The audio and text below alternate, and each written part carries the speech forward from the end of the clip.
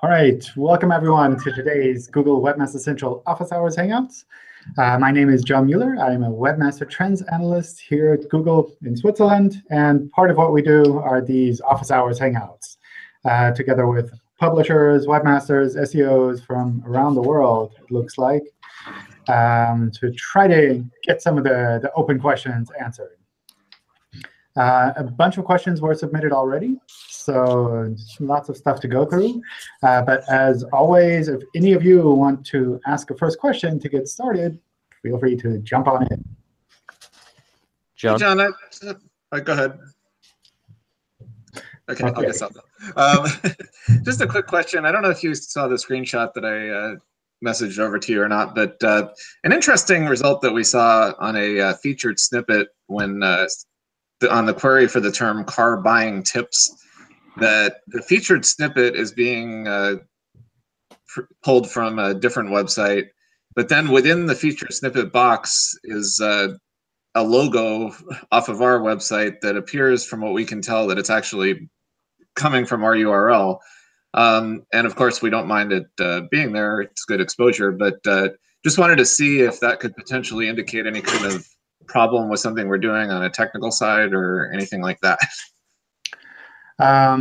So we do sometimes take images in featured snippets from other websites than the text snippet, kind of to provide a mix of text and visual snippets, depending on what people are looking for. That's not really a sign of you doing anything particularly wrong. It's I think, more a sign that you're doing kind of the right things. And we found this image, which we thought would be kind of suitable here.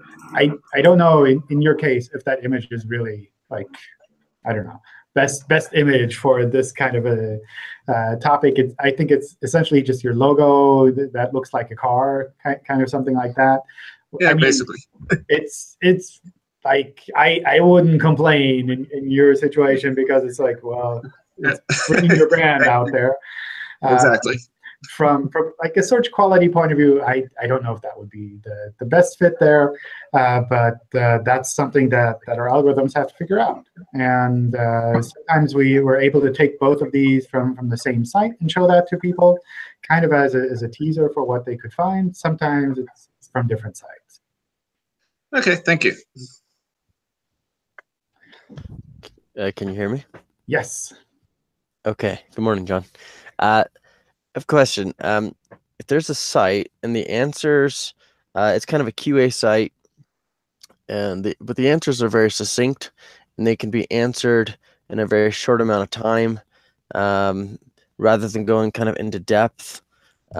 Is that any kind of challenge, I guess, for the algorithms? I think that's an option that you can do with a website. I don't know if that's longer term really an optimal approach to, in the extreme case, you have a short question and a short answer, and that's your primary content on all of these pages individually. I don't know if that would be a long-term strategy that I'd recommend, because it's very little content on these pages.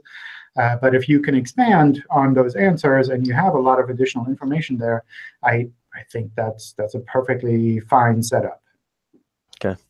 And the second question I had is, oftentimes we deal with startups who kind of go back and forth with how to best allocate their resources. And so the question becomes, how much time do you spend on things like content marketing, things that provide a clear, direct, immediate value, versus items which are more on the let's say more on the branding side of things, long-term, maybe even lost leaders, email marketing, like a particular client wants to do an email marketing campaign, but they're going to be losing money on it. How do you kind of balance out with startups? I know this doesn't maybe sound like a search question, but the challenge is do what you would do as a business and ignore us. But at the same time, the startups have to run really lean, and they're not always sure what to kind of approach in that regards. I don't think there is kind of this one solution that fits all of them. It really kind of depends on, I guess, what you're trying to do, where you have issues, where you have potential, where you have strength. All of that kind of comes together, and everyone will be a bit different. Whereas for some people, maybe with a startup, the website is the last thing that they do, and it's just like a business card, essentially, for the longest time. And maybe that's perfectly fine if they're able to focus all of their energy on everything else. And for other people, a web presence might be critical, might be something that they really need to focus on immediately and getting a lot of information out there. It really depends quite a bit on the business. True. By the way, I don't know if you've been able to see my questions yet. I've sent you a couple in the collections as well, which have been disappearing, actually. So I'm not sure why that's happening either. But OK. I see the question. John, can you see my question this time? OK. Good. OK. Oh, OK. Yeah.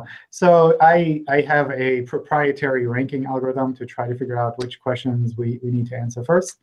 And sometimes it picks out really good questions. Sometimes it's not so great. And usually we don't get through all of the questions. So sometimes it's just like not on the top of the list. I understand. All right. Any other question before we get started? Yes, John. Hi. Yes, I hear someone very vague. Hello, can you hear me? Yes. All right. So I would like to ask, basically, like when you said like Google usually looks at the site quality-wise, and then they decide the kind of whether they will get the kind of rich results or anything like that. So does it also applicable to the feature snippet site? I mean, Google looks at the site quality, and then depending on the site quality, they show them as a kind of feature snippet. Else, if they are not very good enough in the quality-wise, they won't appear in those feature snippets.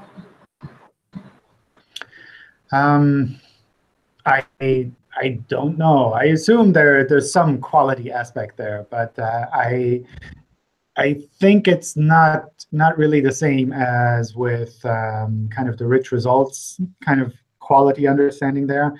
So it's certainly possible that a site is shown with rich results and not in featured snippets, or the other way around.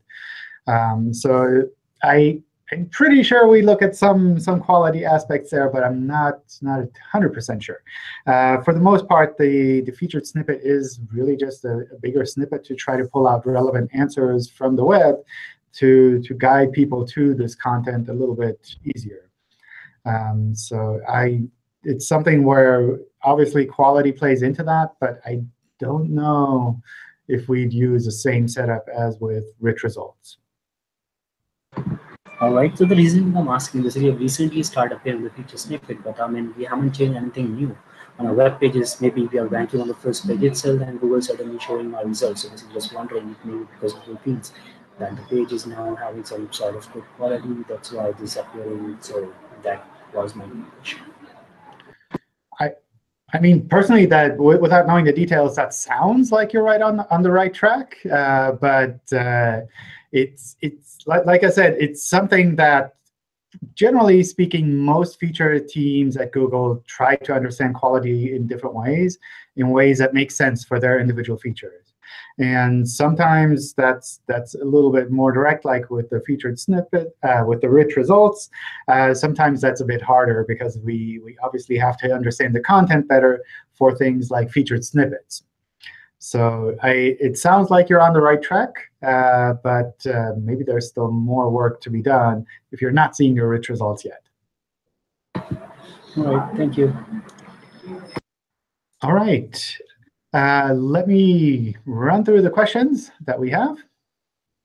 As always, if you have any comments or questions along the way, feel free to speak up.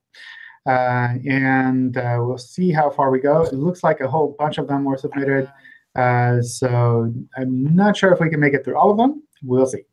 A lot of our customers are older and not used to doing online reviews, so we collect them from filling out a short form or questionnaire after we've delivered the service. Is it OK if we mark some of those up on the web pages? So from our guidelines around rich results, specifically around the reviews, aggregate reviews, that would not be something that we'd like to see marked up, because it's essentially a form of testimonial that you're pulling out there. We don't know where these reviews are coming from. They're not coming directly from users. So it feels like maybe you're picking out all of the good reviews and you're using that to mark things up. So I would definitely continue collecting these reviews because it's probably useful information for you and ways to figure out like where you can improve things. You can also put these on your pages, of course, but please don't mark them up as review markup, because as far as I understand, this would be against our structured data guidelines. John? Yes. Sorry. Yeah. So I have some follow-up question on that one. So basically, you're saying, I mean, it's good to posting all the reviews on the same page.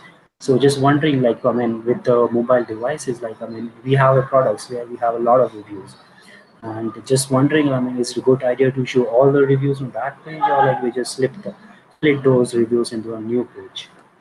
That's up to you. Those reviews have to be visible for users, so they have to be accessible somehow. If you put them on paginated pages or something like that, that's totally up to you. Okay. On our e-commerce site, we have a View All button, which shows all products for a group of related categories. These View All pages have a canonical tag, which I think is disregarded because we also have a no index and follow. Can you see any problems if we were to change this to no index, no follow, to have link equity flow more to the other areas of the site?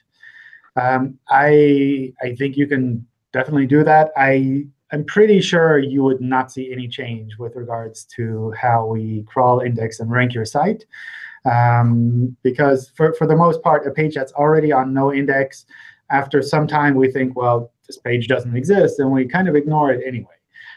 So that's something from our point of view where I doubt you would see any change if you made a no index page, also no index, no follow, or if you just left it no index alone.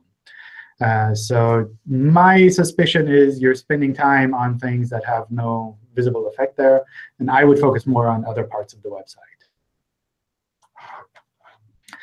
You said there's a ranking boost for HTTPS. Would you get a higher ranking boost if your e-commerce site had an EV SSL certificate as opposed to the other ones? No. We treat all certificates the same. They have to be valid certificates in a modern browser. But if they're valid certificates, they're all treated the same. We've identified a ton of blog posts on our site dating back to 2011, 2013, which aren't very well written, keyword heavy, and poor quality.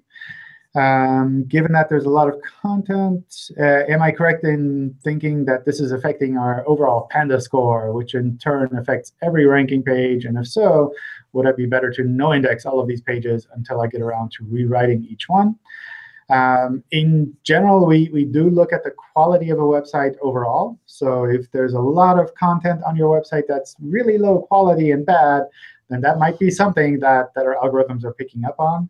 How you deal with that low-quality content, if you've identified it, is really up to you. Some people tend to rewrite low-quality content because at some point you thought this was going to be useful information, so you might as well turn it into something really useful. Some people tend to remove it completely, so that's kind of an option as well. How you deal with that is essentially up to you. So not something where I'd say you have to rewrite it, you have to delete it, you have to do this temporarily. Totally up to you. My question is in connection with faceted navigation. Would love to know your opinion on how to handle these URLs so that value is not lost, and how to avoid undesirable duplication from faceted navigation. Ideally, we'd like to return user-friendly results, but with a search engine-friendly URL. And currently, we have in place no index follow, so that doesn't pass any value. What could we do there? So faceted navigation is always a challenge. I think this is something that's always kind of tricky because it's very easy for search engines to kind of just head off into the weeds and start crawling almost infinitely on a website. For the most part, we do understand how URLs work and how websites work. So if we recognize we're running into kind of faceted navigation area, we'll probably slow down crawling and say, OK, we've seen a bunch of stuff here, but this is really the primary content on the website. So for the most part, we try to figure that out ourselves. You can help us, though. So you can, if you use something like URL parameters within your URLs, rather than just path and kind of a long name with dashes or something like that. If you have parameters with a question mark and then the equal sign and the ampersand in between, then that's something that you can use the URL parameter handling tool for and tell us which of these parameters are actually useful and which of these parameters are not so useful. And with that information, we can usually deal with things like faceted navigation fairly well. So that's kind of what I would aim for, especially if you can't make bigger changes on your website. There are lots of kind of hacky tricks that people sometimes do to avoid Google from crawling into faceted navigation area. For the most part, I think unless you're a gigantic website, that's something you don't need to do. We can deal with faceted navigation with the URL parameter handling tool fairly well. If you have a reasonably clean URL structure on your website, we can generally just kind of deal with that automatically. So that's kind of where I would head, is making sure you can use URL parameters on those pages, and then using the URL parameter handling tool to let us know about which parts are good and which parts are less important. With the mobile-first index being rolled out, can this affect our desktop rankings if we have any issues with our responsive mobile templates or anything? So I guess the or anything is always an option. Like anything could break and suddenly your rankings change. But let's exclude that for the moment and focus on the rest. If you have a responsive website, that means you're serving the same content to mobile users as to desktop users, so the same HTML. The CSS, kind of the way that the page is designed on the screen, that can differ across different devices. Usually, that's the case. So in a case like that, we see the same HTML, desktop and mobile. So for mobile-first indexing, nothing will change. Everything would essentially just continue working. So for the most part, when we switch a site that is really responsive over to mobile-first indexing, all of that should just continue to work, and you shouldn't really see any big change there. It's always possible that you see some short-term fluctuations and some subtle changes, but for the most part, it should essentially just be one-to-one, continue business as usual. If you don't have a responsive site, so if you're serving content to mobile devices differently or using separate URLs, then we will shift to the mobile version that a mobile user would see. And if that version contains less information, then that would be something where we'd index less as well. So that could be text, if you have less text on the mobile version. If you have a worse internal linking structure on the mobile version, that could be an issue because we wouldn't be able to crawl as easily. If you have missing structured data on the mobile version, that might be an issue that would cause problems. Images, videos, anything embedded on the mobile version, if that's a problem, that's something we try to watch out for as well, but something that you can fix as well. And finally, I guess this is something that is specific to Mdot sites. So if you have a separate mobile host name, we need to be able to crawl that mobile host name with the speed that we would otherwise crawl your desktop site. So if your mobile host name is currently on a different server or not on a really strong setup, then that would be something that might affect how we can crawl your website on mobile. And if we can't crawl it properly, then ranking is obviously a lot harder too. But going back to your question here, responsive layout, responsive template, you shouldn't see any issues at all. Also, we mentioned in our blog post that we'll be emailing people through Search Console when we shift them over to the mobile-first index.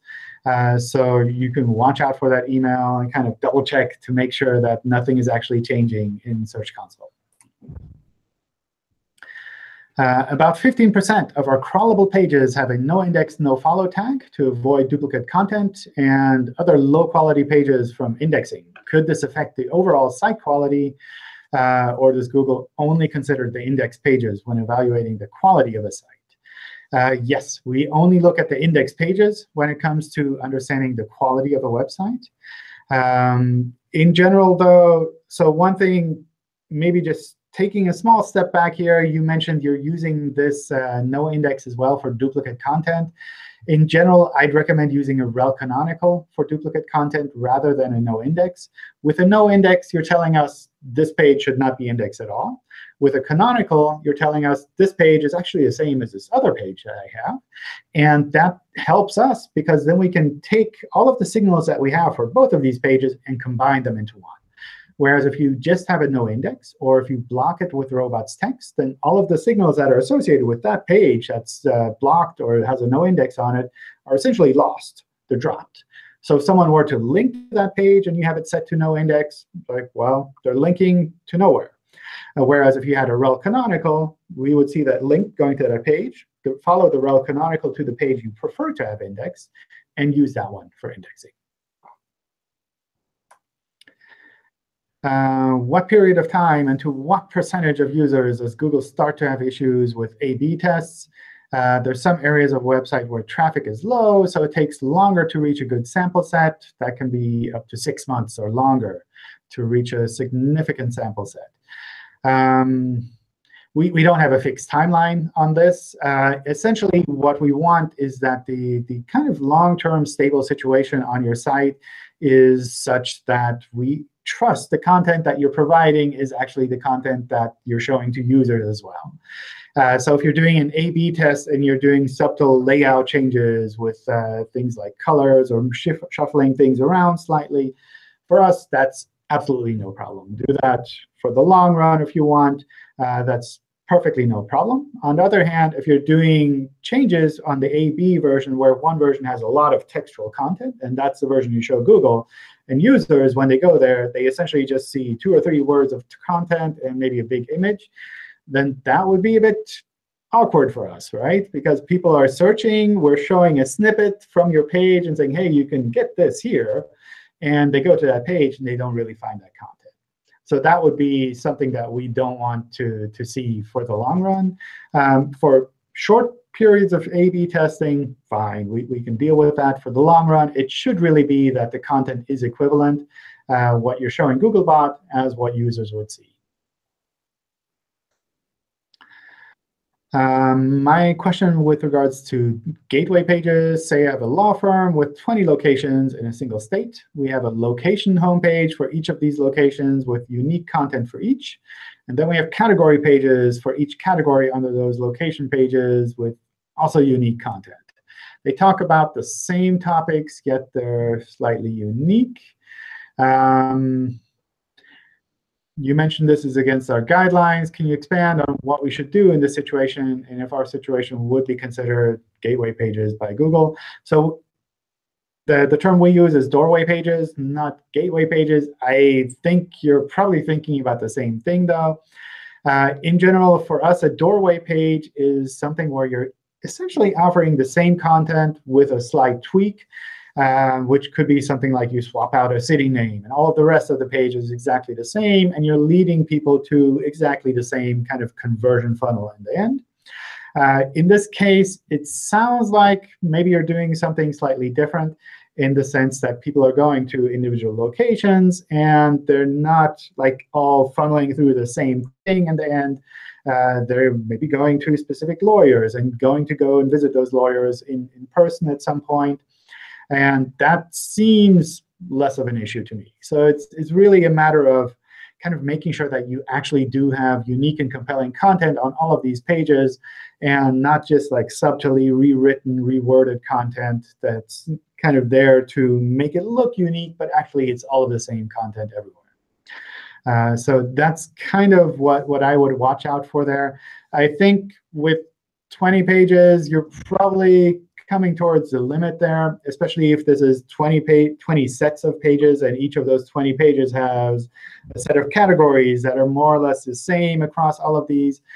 Probably you'd end up being in a stronger situation in search if you were able to reduce that into fewer, stronger pages. So maybe those 20 location pages and category information may be shared across all of those pages, where you have like a shared set of category information, and from there you guide them to the individual locations. So that's probably what I would aim for there. John? Yes. We have a similar kind of situation here. Like, I mean, we have products, like let's say we have a product like credit card, and a lot of features there, which is very common to, let's say for one bank, we have several credit cards, and a lot of features or the benefits are the same. So, I mean, we are doing certain feature bullet point kind of form and template wise, and then we're just mentioning what other benefits are there and what other advantages are there.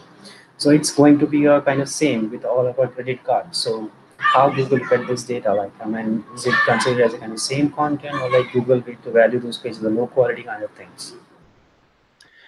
I think you'd probably have to look at this on your end to figure out if this is really unique content that you're providing for all of these pages, or if it's essentially all of the same thing. And if it's all of the same thing, then probably you'd gain more value by reducing that. From my point of view, a lot of things where people tend to kind of split things off into separate pages, there are often situations where you're kind of diluting the value of your content across a lot of different pages, instead of concentrating it and making the pages that you do have much stronger. So it's essentially a question of strategy of how you want to be active on the web. But oftentimes, if you dilute things, then it makes it even harder for you to compete with people who have really strong offerings in individual places. So that's something where you kind of have to balance those two sides, kind of bringing specific information out there, specific to a specific topic that you have, or bringing more general information out there that can be valid for a whole bigger set of individual topics. Sure. Thank you. If my website has a site-wide link to, let's say, an Amazon product in the sidebar or footer, is that a problem? No, that's certainly not a problem. That's something that you can do.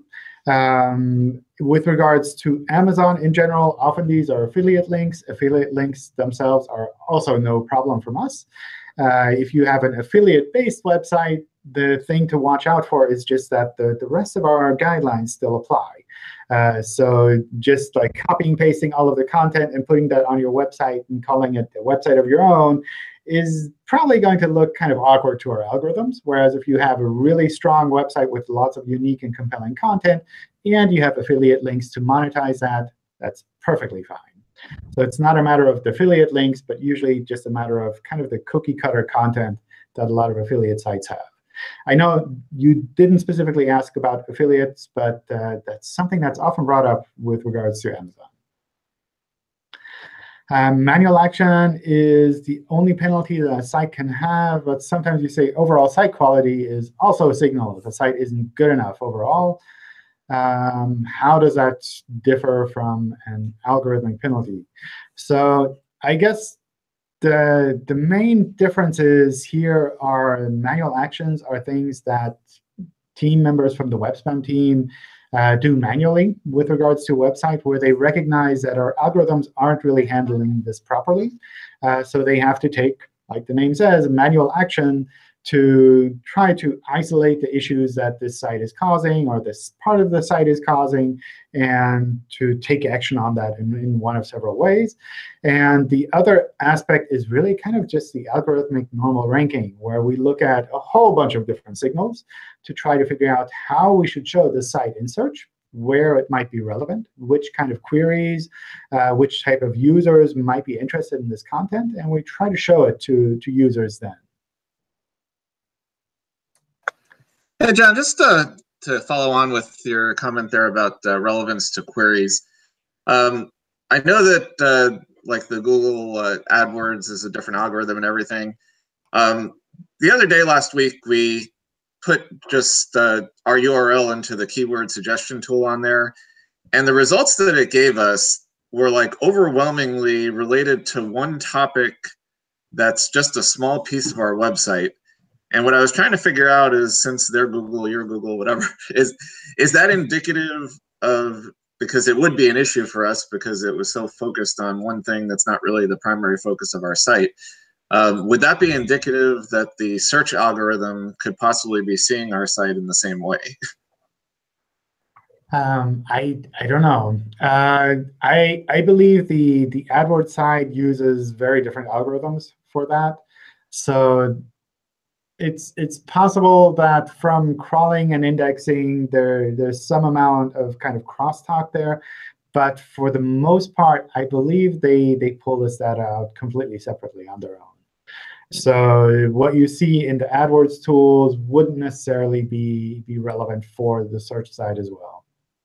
Because the interesting thing is, about probably a year and a half, maybe even more ago, yeah, probably maybe 5 years ago, when we had our really bad problems with the search, there was one term which was related to jump starting a car that we were ranking extremely high on, which made no sense because the site isn't about that. We just had a very small section. And when we did this URL search in the keyword planner, that term also came up pretty high in the list by relevance. And we were just putting our homepage URL in. So we're just trying to look for clues. Is there possibly something that we're doing from a technical standpoint that is confusing algorithms? I don't know. I have no idea how the AdWords tools pull out information there. So I really don't know. Okay. Sounds like an interesting thing to dig into, but yeah. Is there anything you'd suggest, like in Search Console, that could possibly give an indication of like overall what relevant topics the algorithm's seeing? Not in Search Console. I think that would probably be more on the ad side. I believe they have a tool that pulls out like the categories that they see your site being in. But then again, it's kind of the way the ad side looks at your site. So not necessarily something that would be done in the same way on the search side. Okay, thanks.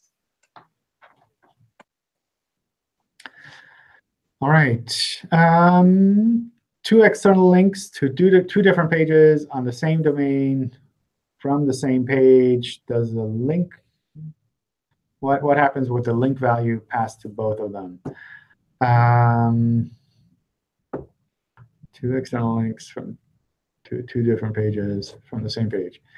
I don't know. So this kind of question kind of goes into more theoretical areas where from our side, it's not that we have any clear definition where we would publicly say, like, if you have this specific setup with regards to links, then 0.7 goes here and 0.6 goes here, or anything like that. These kind of things are signals that we pick up on for our algorithms to try to figure out how these pages are connected, what the context is of the individual pages with regards to each other. So that's something where I don't think we'd have any kind of absolute number or answer to say, like, how much value goes through this link and how much value goes through that specific link. That's more, I guess, something almost like on a theoretical basis that isn't really that useful to site owners anyway. So having clean links between your pages helps us a lot, especially with regards to understanding the context of individual pages. But usually you don't need to focus on like which percentage of my link value is passed through this link versus this other link here. We're vetting a new client that currently has multiple websites. They're a lawyer. with both family law and criminal defense. They're asking why they would be better served organically or GMB-wise with having a single site rather than a site for each area. It's hard to answer, but splitting between like 2 value websites. What are your thoughts here? I think this kind of goes back to the other questions that we had before, where you're balancing having multiple pages for the same kind of content versus single pages, or in this case, like 2 websites or 1 website. In general, I try to like limit things to 1 website, if at all possible. But essentially, with 2 sites or 2 pages on different topics, depending on your situation here, that feels like something that's really kind of up to personal preference. When you start having a lot of different sites or a lot of different pages kind of on similar related topics, that's where you'd want to kind of try to kind of rein things in and keep them from getting out of control. But if you just have 2 sites, like some people have 2 sites, it's really no big problem. So that's something where I wouldn't necessarily worry about this too much and think about it more with regards to what the personal preferences are there, what the long-term plans are. Is the plan to go from these 2 sites over to 20 sites? In which case, I'd say, well, you probably want to have 1 really strong website instead. Or is the plan to have these 2 sites and they continue to run in parallel because they have a very different audience, or anything that's really different between these 2 things? Maybe that makes sense to keep those 2 separate. So really kind of up to you.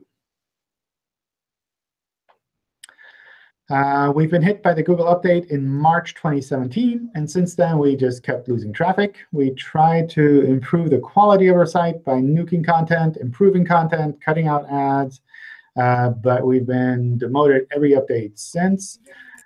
Since February, we're seeing traffic increase, and then in March 2018, we recovered 10% of our traffic. But still, some of our keywords are still not showing up. Even when we create new content, it doesn't rank for smaller queries. What could be the problem? I think this is something where it's almost impossible to say what the problem could be. What I would recommend doing here is just getting more advice from other people who are kind of in a similar field as you with regards to your website overall, with regards to the quality of your website, the content, the services that you're providing on your website. So that's kind of where I'd recommend still taking a step back and like thinking, well, maybe you're on the right track with regards to quality, but maybe you haven't like really hit that next bump to kind of really significantly improve the quality of the website. So just cutting things out usually doesn't mean that the website will rank better. You're essentially just kind of pulling out the weeds. It makes it possible for the good content to shine a little bit more. But just cutting things out doesn't make the website better on its own. After the mobile-first index for Mdot sites, how will Googlebot index the content if the webmaster redirects on a 404 page, while for desktop sites, the website is available? In this case, Google will show the desktop content in mobile searches. Or what will happen. So we have a name for this, but I forgot what it's actually called. So essentially, you have a desktop site, and the mobile version doesn't have individual pages. That's perfectly fine. If for individual pages, we only have a desktop version and no mobile version, we'll take that desktop version and use that for indexing and ranking as well. The important part is that when users on a mobile device go to the desktop page, that they don't get sent to a 404 page.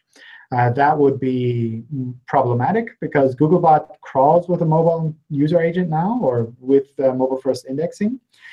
So if Googlebot crawls those pages and gets redirected to a 404 page, then that's a 404, and we treat that as a 404. Whereas if Googlebot can crawl with a mobile device and access the desktop pages, and they work, and there's just no mobile version of that page, that's perfectly fine. So desktop-only sites, they continue to work with mobile-first indexing as well. If we have a menu with submenu items that are only visible when the user hovers over them or clicks on them, will Googlebot see these items and crawl the pages linked? If the menu content and the links in the menu are loaded into the HTML, then yes, we'll be able to see that. On the other hand, if hovering means that the website does a call to the server and says, hey, what should I show here? And then the server returns just that menu content, then that would be something we would skip, because Googlebot doesn't know where to hover to see additional content. So as long as you're using something kind of in the traditional setup, where you're using CSS to just like make something visible or not visible, that should just work fine. What about if, because of responsive design, you have like your navigation and the actual links are coded twice because of some layout issues and things like that? Does that cause any issue, or? That's fine. Okay. Yeah, that's fine. That's something we sometimes see on responsive sites, that they have like one set of navigation for desktop, one set of navigation for mobile. That should just work. So I think it's a bit tricky if you have content duplicated like that as well, especially if it's not clearly separated. So I've seen some responsive sites where the responsive version will swap out individual words in a sentence because they have some really fancy software that does that for them. But for us, what happens there is we see kind of the full sentence with all of those word variations, and we think this is one sentence, whereas actually it's like the same sentence but phrased in different ways through the responsive design. But that seems to be really rare, so probably not something you'd run into there. When it comes to just the menu, the sidebars, things like that, yeah, that'll just work. OK, thanks.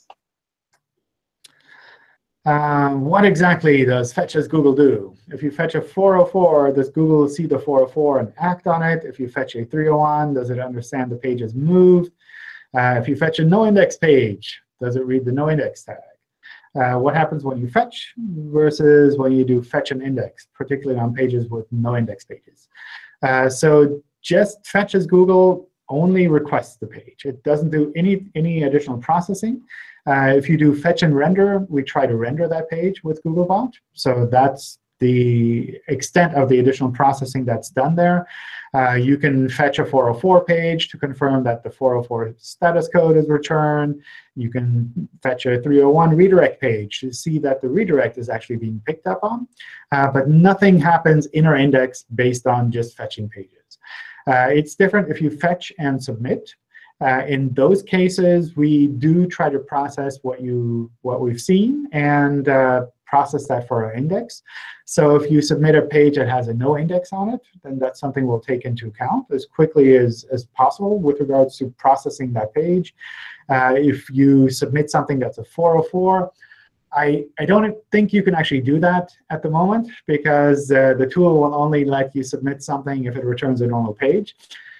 So probably you can't actually submit that.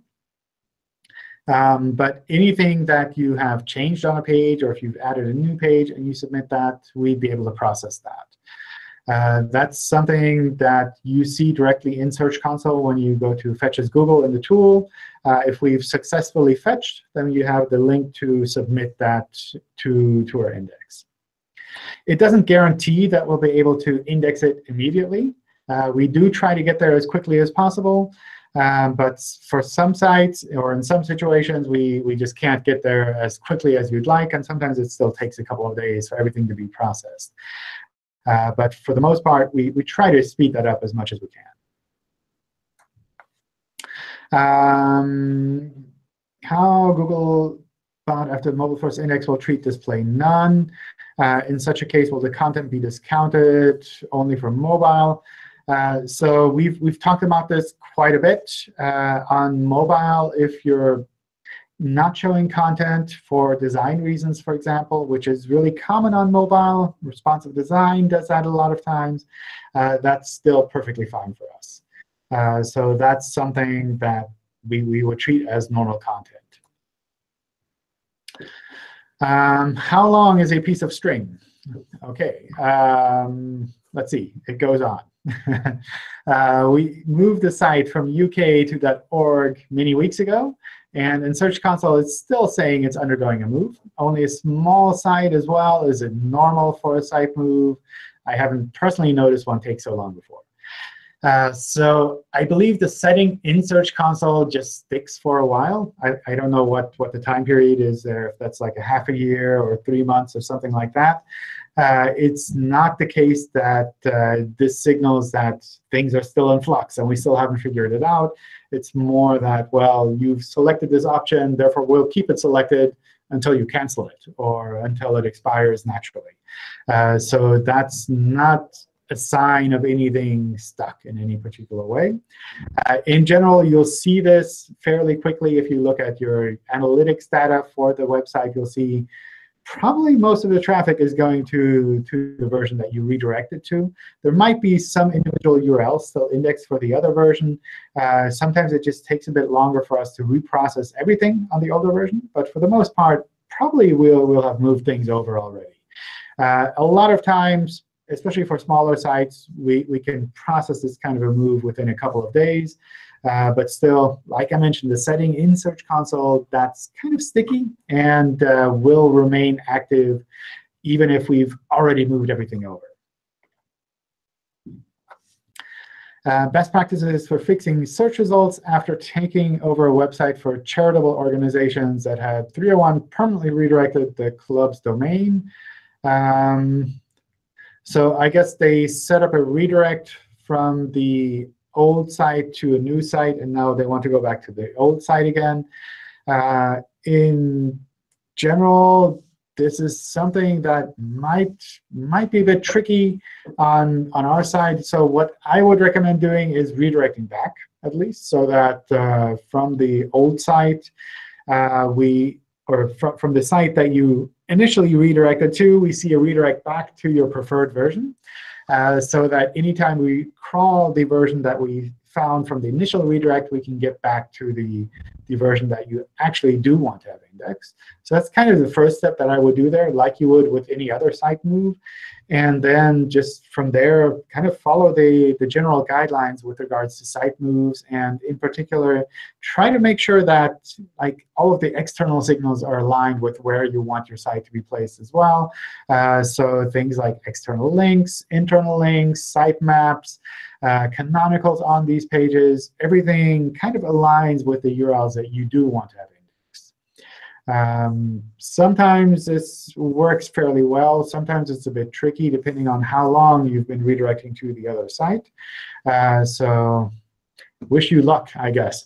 Anytime you do a site move, it's a bit of it can be a bit tricky. And if you have to do a site move one way and then you redo that and redirect back again, it makes it tricky as well. So sometimes you just need to be patient for everything to settle down properly, too. Wanted to implement structured data for financial products, but most of these schemas are in pending status by schema.org.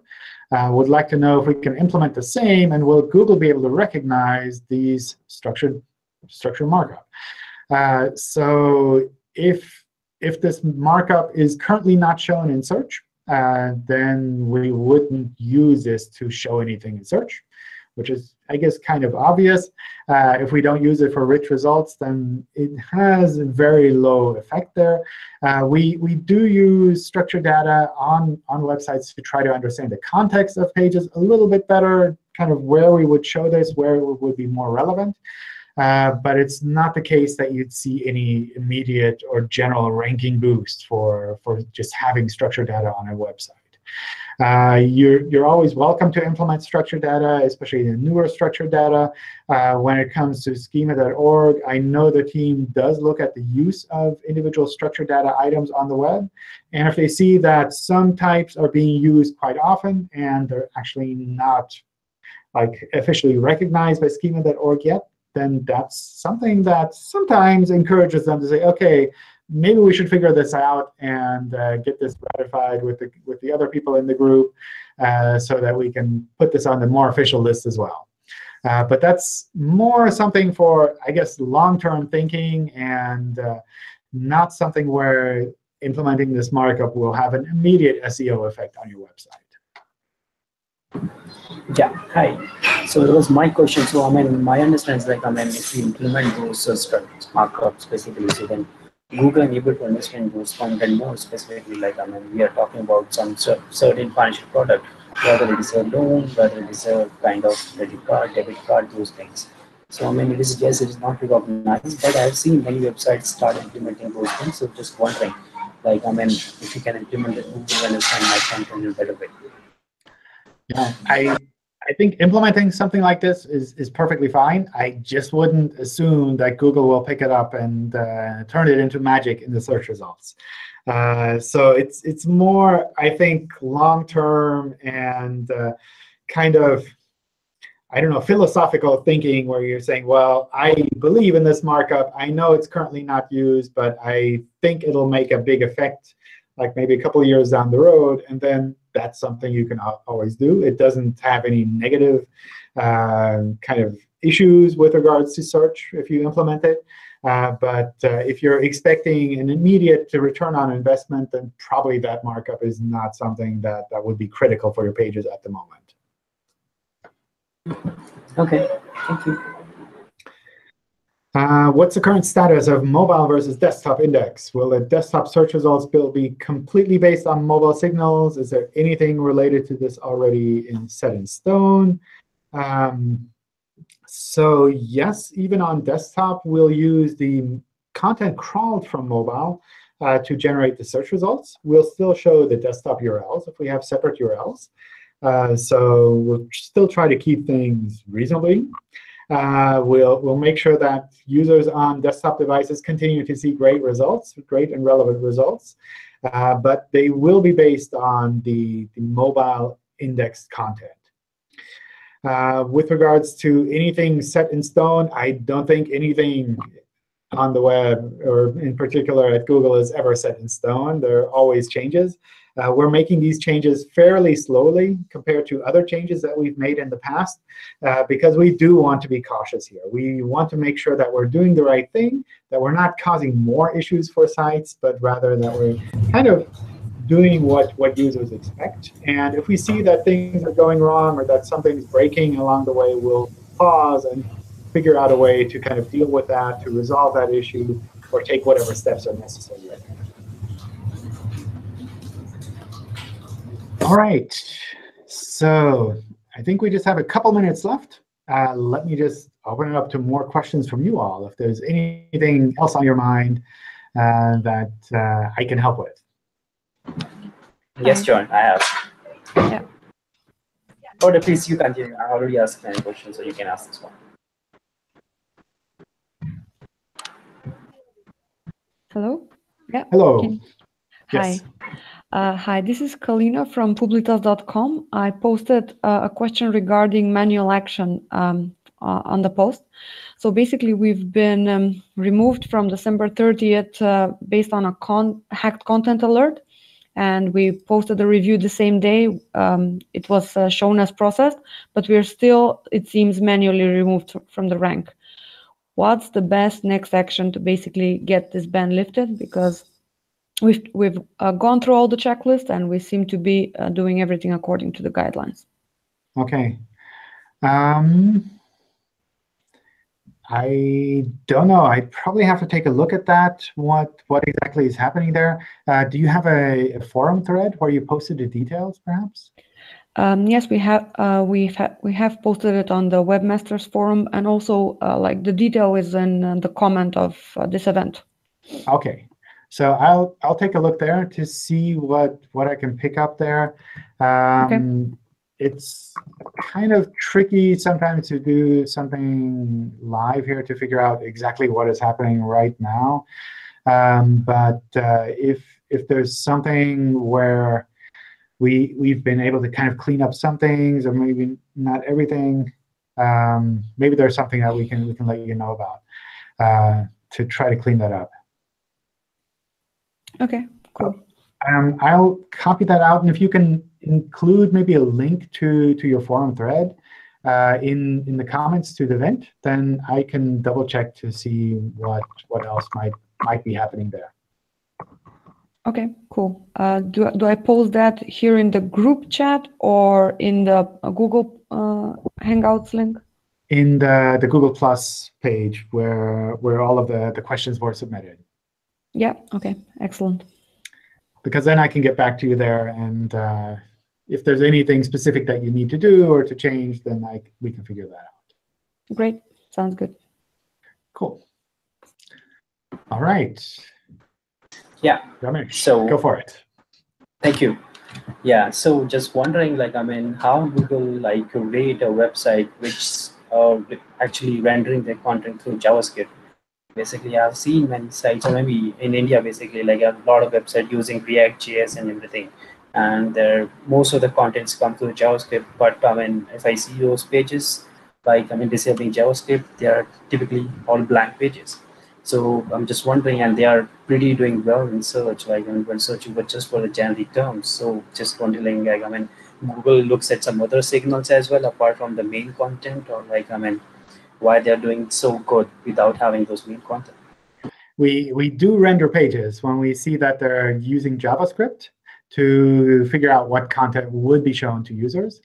It sometimes works a bit better, sometimes not so well. So it's still, you kind of have to know what you're doing. But we do try to figure that out and to deal with those kind of pages. There are also some techniques that some sites use to make it a little bit easier for us, such as pre-rendering the JavaScript site and serving us the static HTML version, somewhat similar to how you might serve a kind of better designed version for mobile users when mobile users come to a website. So there are various techniques that people are doing to try to get that content into Google and to make sure that Google can understand it well as well. Sure, thank you. John? Hey, John, it's Brian. How are you? Hey, Brian. Long time no see. I know, long time no see. Question for you. Whenever you were talking a minute ago about the desktop search based on the mobile crawl, does that mean that content that's not visible on desktop can impact the rankings if you're just looking at the mobile version? Content that's not visible on the mobile version would affect desktop. Right. That way, yeah. Okay. So if you have an Mdot site or dynamic serving site and your mobile site just has half of the content of your desktop site, then we only index the mobile version, and we kind of take that reduced version and try to rank your site based on that. Okay. Cool. Thank you. John? All right. John? Yes, one last question. I need to head out, otherwise. Okay. I'll make this simple.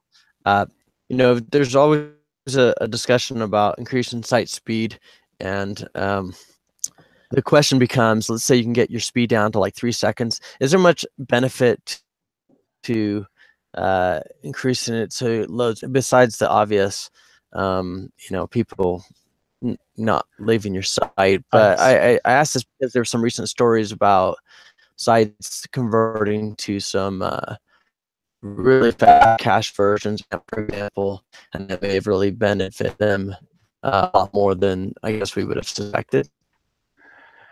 At the moment, we try to differentiate between reasonably fast and really slow sites. So if you're already in the couple seconds range, then that's kind of reasonably fast.